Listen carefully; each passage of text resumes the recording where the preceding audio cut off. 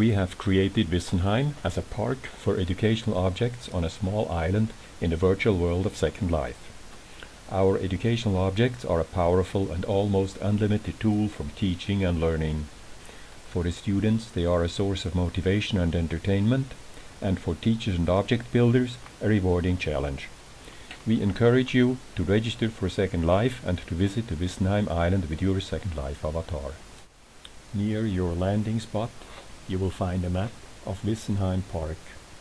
It shows different areas and their topics. The central area explains some basic building techniques in the Second Life environment or in OpenSim environments, respectively. Other educational objects explain concepts from mathematics, electronic circuits, computer architecture, and so on. You might also be interested in the exhibits on our innovative Rainbow operating system for PC clusters. In our visit, we will skip the technicalities of building animated and interactive virtual 3D objects and start at the mathematics area. The Pythagorean theorem is a simple example of our educational object strategy, which is to provide a 3D visual and interactive model of some important concept to be taught. The first object appears to be a static rectangular triangle with side squares. You may find it is not static after all.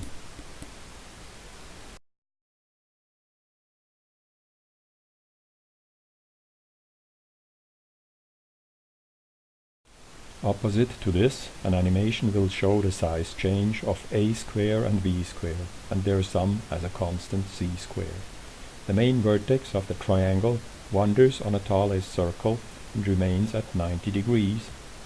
As the vertex wanders across the arc, the squares on the triangle sides change in size, but their sum remains constant.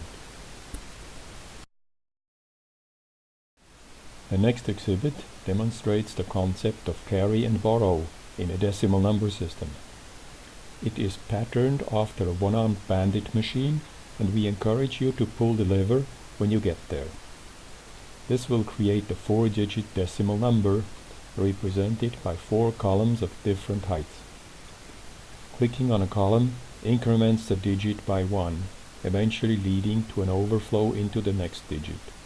If you play around, you might also discover the option to decrement by 1 instead of incrementing.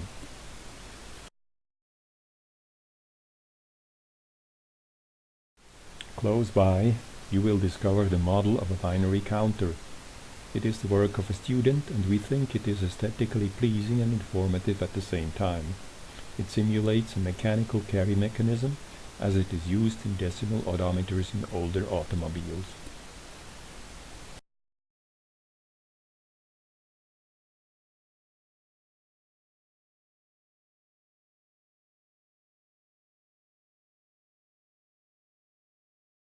The next few exhibits demonstrate the unwrapping of the surface of a 3D shape into a coherent planar surface. We start with a tetrahedron and experiment with raising and lowering the triangular faces of the shape. As a rule, all our objects are composed of several prims, which can house scripts and a variety of other resources. Here, each face, except the bottom one, is a prim with an appropriate script inside.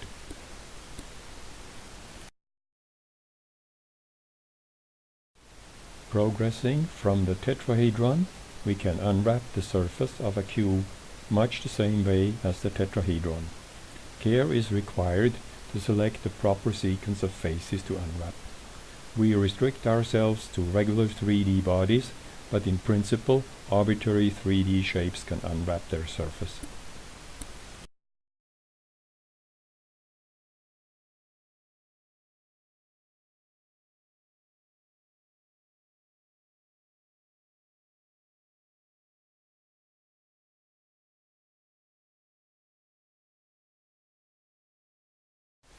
We skip the unwrapping of an octahedron and of possibly irregular 3D shapes, and we proceed to unwrapping the surface of a dodecahedron.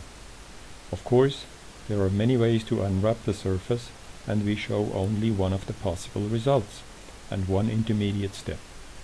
Our choice is governed by the desire to save on the number of primitive objects on the parcel and to keep the scripts readable and understandable. Most scripts can be freely copied and examined by the visitor if so desired.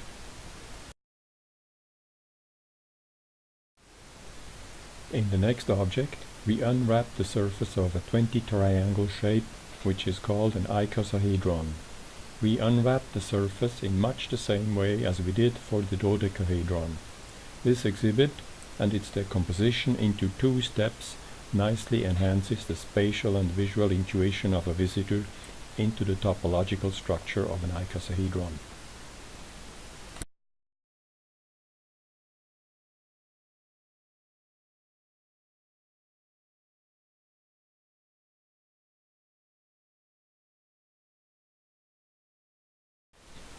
The first object in the electronic circuits area is a NOR gate. A preview of the object is shown as a texture on a screen. Only after we touch the screen, the 3D NOR gate appears. Object creation on demand is done to avoid overloading the island with too many unused objects at one instant in time. We only show the logical operation, but not the transistor circuits. Signals are applied to the circuit by touching the, so to speak, feet of the NOR gate. Green is the color of the value true, and red the color of false. After due delay, the output assumes the result values true or false. Please observe the textual messages mirroring and controlling the operation of the gate. The object will disappear after 20 minutes, but can also be cleared by clicking the waste paper basket to the left of the screen. The next exhibit shows a flip-flop circuit, which is generally used to store binary digits in a computer. It can be built by cross-connecting 2 regular NOR gates. The interconnections between the 2 gates are easily visualized in the 3D space, much better than on flat paper, where the crossings of wires might create ambiguities. To operate the flip-flop, either set or reset inputs must be toggled with a short duration on and off signal. We can then observe the propagation of the signal inside the circuit and the B-stability, which is the consequence of the cross connections between the NOR gates. Again, we discard the circuit by clicking the waste paper basket. On an architectural level, we model the concept of pipelined instruction execution. Our model is patterned after the MIPS architecture by Hennessy and Patterson. We see 5 pipeline stages which allow overlapped instruction execution. Instructions are generated in the fetch stage after we press start. From the fetch stage, the instructions are passed to the decoding stage, then they are executed and possibly fetch the necessary operands from memory. In the last stage, results are written back from the registers into storage. Instruction execution can be stopped and started by clicking the first button, and the pipelining of instruction execution can be observed.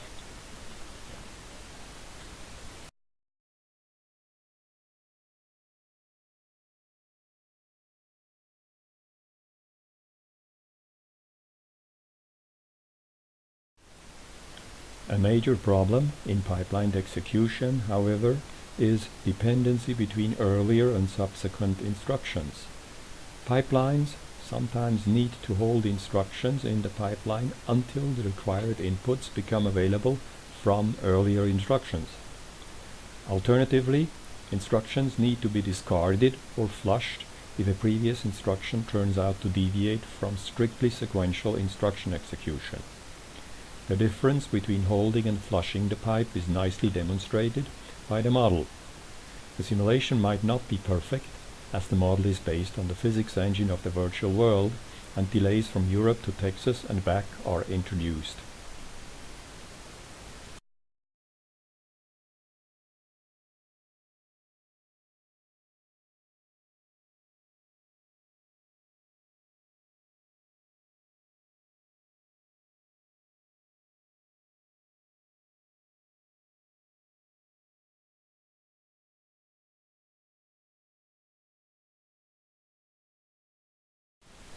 Another level of educational model complexity is reached with the simulation of different variants of cache memories.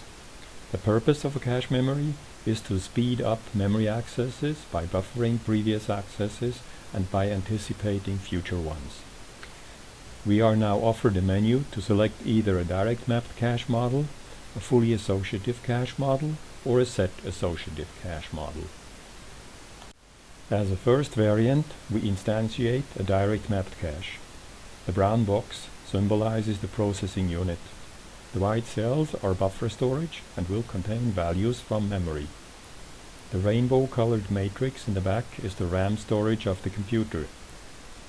A memory cell in RAM is accessed by clicking into the RAM matrix and thus selecting a specific row and a specific column. All memory locations in one matrix column compete for a single cache cell, and awkward access patterns might lead to continued reloading of buffer cells from memory, thus defeating the purpose of a cache memory. The beauty of direct mapped caches, however, is that only a single comparator circuit is required. The set associative cache improves on the direct mapped one by offering a whole group of buffer cells for each memory column. In our example, all the cells in a memory column compete for a set of 3 buffer cells. Purging and reloading of cells only occurs when all 3 cells are used.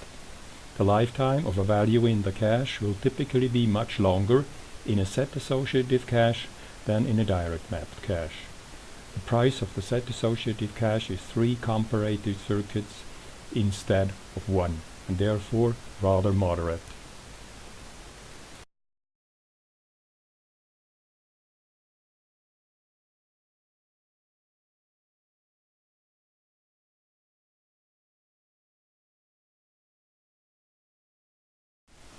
The third cache variant is the fully associative cache.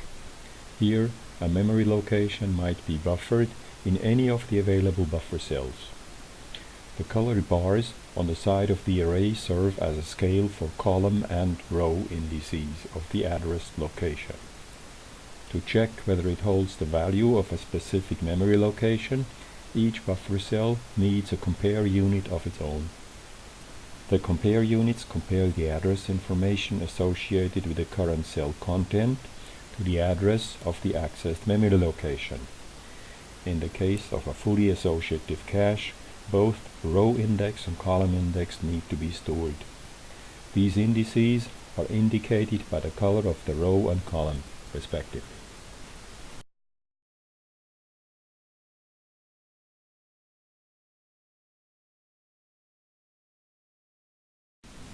The Distributed Systems Laboratory in Ulm has built a distributed operating system for PCs. It is intended to capitalize on the availability of large numbers of potentially idle consumer PC stations. The educational object at hand demonstrates the hardware components for an experimental PC cluster. Most important, we need several PC stations. In our real-life laboratory setup, we connect the stations through a standard gigabit network. We can observe how this network is added to the cluster. In addition, each station might have its own display and keyboard, even though this is optional. To control, to debug, and to monitor the PC cluster, we have added a monitor station and some low-speed cabling to the standard cluster.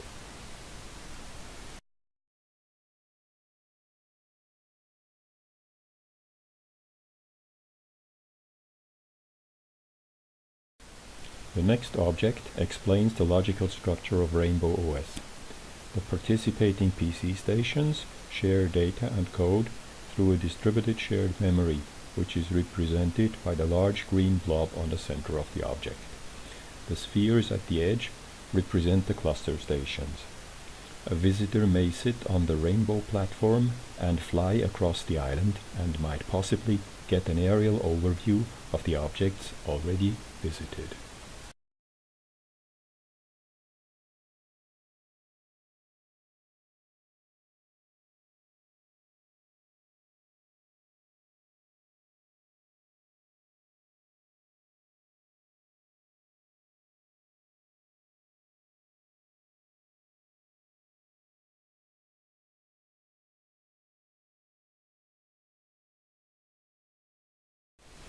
On our Wissenheim Island, we wish to demonstrate that educational objects in a virtual world can provide substantial insight into difficult concepts not easily explained by conventional techniques.